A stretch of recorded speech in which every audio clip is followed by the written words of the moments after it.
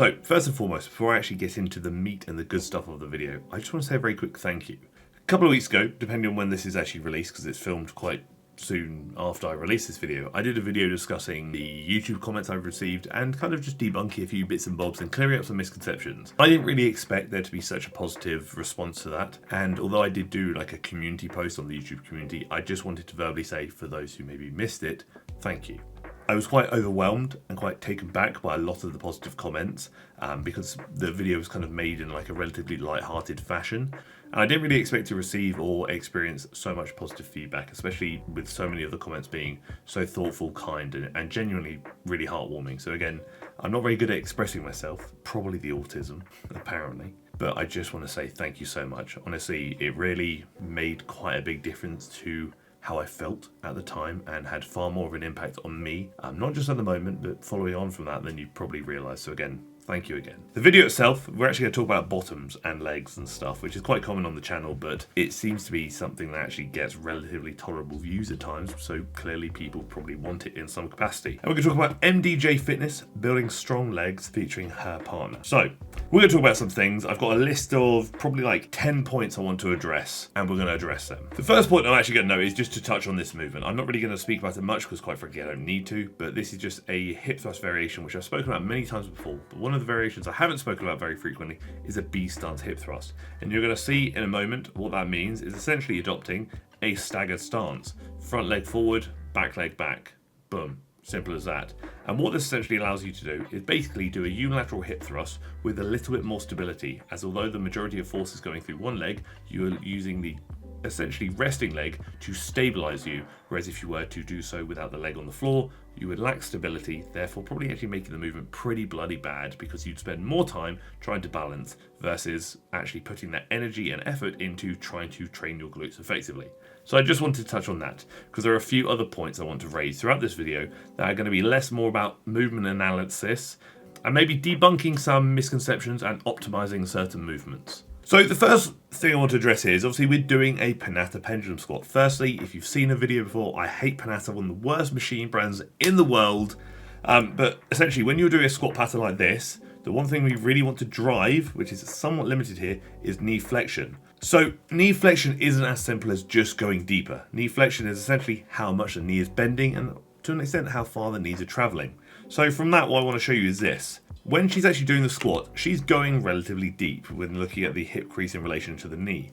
But the shins are somewhat relatively vertical. Again, this is what I mean by depth doesn't necessarily mean knee flexion.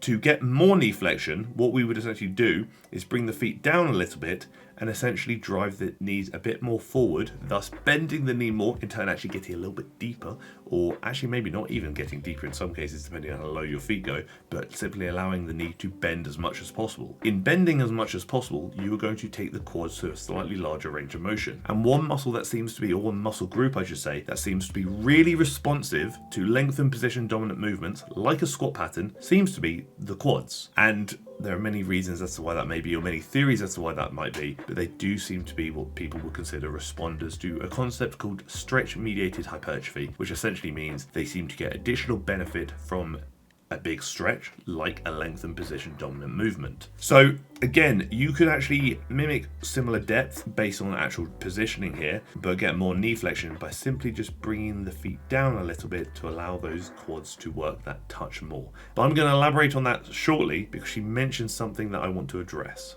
Dominant, shoulder dominant, like doesn't matter if you're dominant in a certain muscle group, you can't neglect basically any exercises. Like building a well-rounded physique and hitting certain exercises, like staple exercises, is so key to building like a balanced and truly proper physique. So although I do already naturally have bigger quads, because I'm a quad dominant person, I used to avoid it because I'm like, I don't want to grow my quads. Like I just want to keep them as slim as possible. But this is kind of a valid point in the sense that I would say there are a few movements that you probably need to do. And I say this with clients when I'm formulating a new programming block for my clients. As always, link for TFNL coaches, link down below in the description and the comment section too. Just saying. What I do at the end of the block is I typically say, depending on the client, their goals and whatnot, what movements do you like and what do you dislike? I'll try and keep as many as the likes in for the new block and I'll remove as many of the dislikes as possible. muscle. But in that, there are a few movements that probably need to stay. So there will probably always be a extension isolation pattern for the legs, like a leg extension, for example, or like a reverse Nordic, or then will always be like a leg curl variation. This is because regardless of how you swing it, the hamstrings cannot be fully trained and utilized unless you are taking them through isolated knee flexion, so bending the leg. They need to do that to be fully utilized. Yes, you can do obviously hinge patterns as well, but a flexion dominant movement, if I had to choose one, is more important. Number two, the rec fem is only really adequately worked when looking at extension. So a muscle of the quads, being like I said, the rec fem, isn't really adequately worked through like a squat pattern or whatnot because it's biarticular, which means it crosses at two joints, and that's the hips and the knees. So as it lengthens at one, it shortens at the other, which means its respective length doesn't change. Therefore, how utilized it is drastically limited when you're doing a squat pattern, for example. But to remove that or fix that, we would remove one aspect of the movement entirely, which will be that, say, the movement of the hips in this case, and purely focus on knee extension. Therefore, a leg extension works the rec fem really effectively because it's a single joint movement. So we tend to keep them in most cases. And there are a few other examples of that, but again, that just kind of helps you better understand why some movements might stay in. For example, a leg extension, but you could easily swap a squat pattern with a leg press pattern, with a lunge pattern, whatever it may be, because again, you can work multiple of the quad muscles effectively doing these varying movements, but to really kind of put a good amount of emphasis on one of them, in particular being the rec fem, you need a knee extension. That's probably your best bet.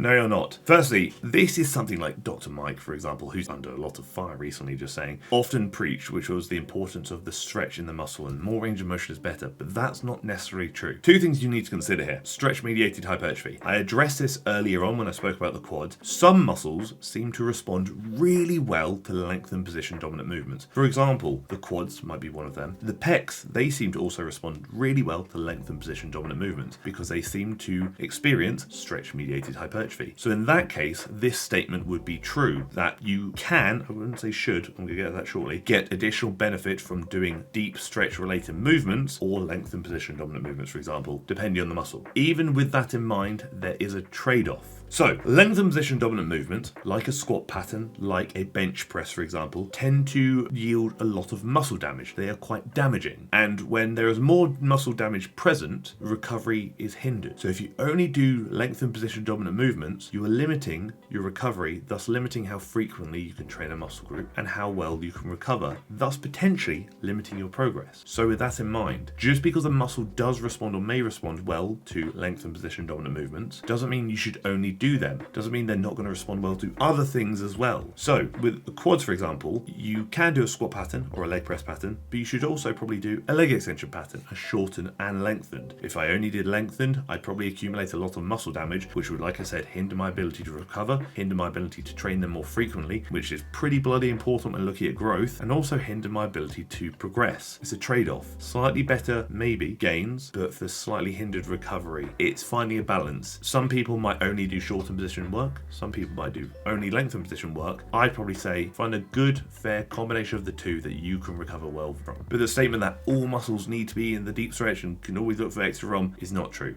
This is not something I align with, and this is very, very much heavily debunked. One quick note I want to throw in here, Crocs, the footwear. Please don't wear Crocs when you're training, especially when you're training legs. Ultimately, yes, they're kind of funny, they're kind of cool, I respect it, they're comfy, but they aren't the most stable or supportive shoe when doing a lunge pattern, a squat pattern, a deadlift, whatever it may be. So if you're doing anything that kind of heavily requires foot stability or ankle stability in some capacity here, don't wear Crocs. Wear something that's flat, stable, or something with an elevated heel perhaps, but something bloody solid. Crocs probably aren't the best bet. Another quick note, if you're doing RDLs or a SLDL or any kind of hinge pattern, or any movement in which grip is relevant like it is here, please wear straps. Your grip strength, look at your forearms, will never be as strong as your posterior chain. So it would be unreasonable to think that my forearms are as strong as my hamstrings, my glutes, and my back. They're probably not. Therefore, my grip can't be expected to keep up with those muscle groups. Just remember that. And we don't want grip to prevent us from being able to train those muscle groups effectively, because if the grip fails first and the posterior chain has plenty left in the tank, this is getting the stimulus, and not even that good stimulus for growth. Your posterior chain isn't. If people say, oh, I want to work my grip, work it separately. Don't sacrifice something else to work another thing. Someone says, I want to grow my forearms, do that separately as well. Okay, this is going to be a bit of a juicy, long ramble, so I'm going to have a drink for this. Get ready. I mean, this is so low intensity. Like I feel like see, the thing is for me, if you feel like your workout is like a lower intensity day, like you overall feel like the energy was low, the effort was a little bit low, which I'm being so honest with you. I always keep it real and honest with you guys.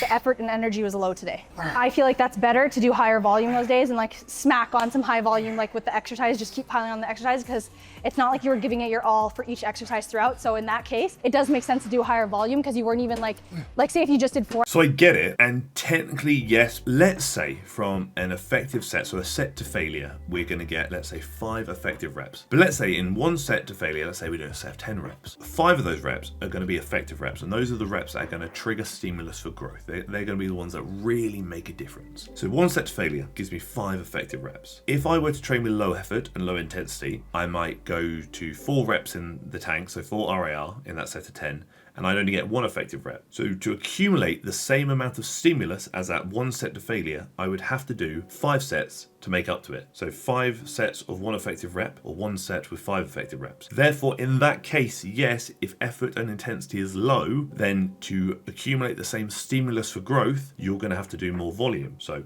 5 versus 1. With that in mind, doing more volume is obviously going to be more fatiguing and is going to likely hinder recovery. That's just something to consider. That being said, I find when I'm really not in the mood to train, I'd rather just get it over and done with. I'd rather not be in the gym doing more and more volume. I don't want to be there for 2 hours. I'd rather be in and out within an hour. But again, that's just my preference. Doesn't necessarily mean it's right or wrong. It's just a preference. Exercises, but you're doing like low effort, it's kind of useless. Like might as well smack on the high volume, you know? No, it really can't be, to be honest. Intensity in the realm of hypertrophy and resistance training is defined as how hard you are trying, how much effort you are putting in. I can do 1,000 sets, but the effort isn't there doesn't mean the intensity was there just because I did more volume. You have to separate the two. Is intensity and volume are 2 different metrics. Like I said, volume is amount. Intensity is effort. You can do a high amount with low effort, doesn't mean you've done high intensity because you did high volume. That's high volume, low intensity. Separate the 2 metrics there. Effort versus quantity, basically.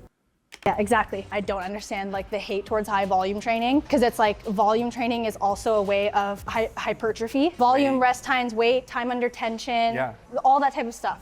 Couple of things here. I don't hate on high volume. I just don't think it's necessary, for example. Like I've said before, let's say you work your job and you're going to get $50,000 a year. Would you rather get $50,000 a year working 10 hours a week but really hard hours, or would you rather get $50,000 a week working 50 hours a week but maybe not very hard, kind of going through the motions? Although the outcome is still the same, I'm still getting those $50,000 a year, I'd rather get that in 10 hours of work versus 50 hours of work. It's a lot more efficient and it's less mentally draining and demanding, in my opinion. That's kind of how I view volume. Sure, you can do high volume, but if I can get the same result, or maybe even sometimes a better result, doing less, I'd rather do less. And again, it's more the fact of people hate on high volume because a lot of people indicate or imply that it's needed. Volume is king, but it's not. Intensity is king. Volume does not drive growth. I could do the wildest volume in the world, but if I'm doing just such a poor intensity, it will actually trigger no stimulus for growth. I could do 100 sets of bicep curls. If I'm only curling 5 kilos when I can curl 30 something kilos each arm, I'm not going to get anything from that. So intensity is king, not volume. The other thing from that I want to address, with rest times and hypertrophy, more is usually better within reason. Anywhere from 2 to 5 minutes is pretty bloody good for rest times.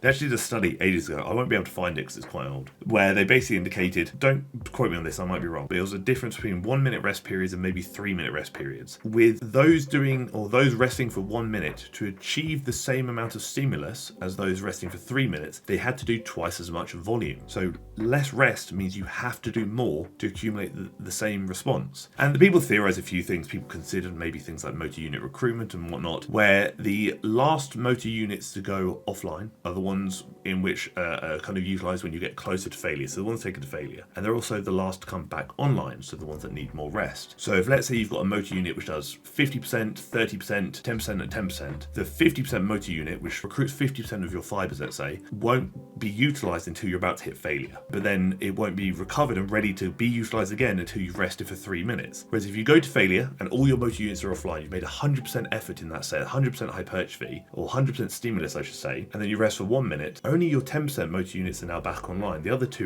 they're sleeping. You do another set, you're only getting 20% recruitment or 20% activation or 20% stimulation, versus if you rest for longer, you get 100%. So to get 100% from 20%, you have to do that 5 times. More volume to accumulate the same result. That's not an accurate percentage activation, stimulation, equation, anything like that. I'm just trying to word it in a manner that kind of makes a bit of sense, despite it not actually being accurate and maybe literal. It's just worded as an example, hypothetically, to kind of hopefully understand what I mean by saying rest more to get a better result potentially. Time under tension, debunked, throw it in the bin. Time under tension is crap. Time under relevant tension matters. So many studies have even proven slow eccentrics matter. So with the time under tension approach, where you typically think slow eccentric and deliberately slow to concentric, key thing there. Eccentric speed doesn't do anything for hypertrophy. There's countless studies disproving it. So realistically, the only time I ever really indicate or recommend slower eccentrics is more for movement quality and to give you a better idea of, are you going to do anything wrong? So it allows you to think about, am I doing this right in the movement, and also potentially for injury prevention.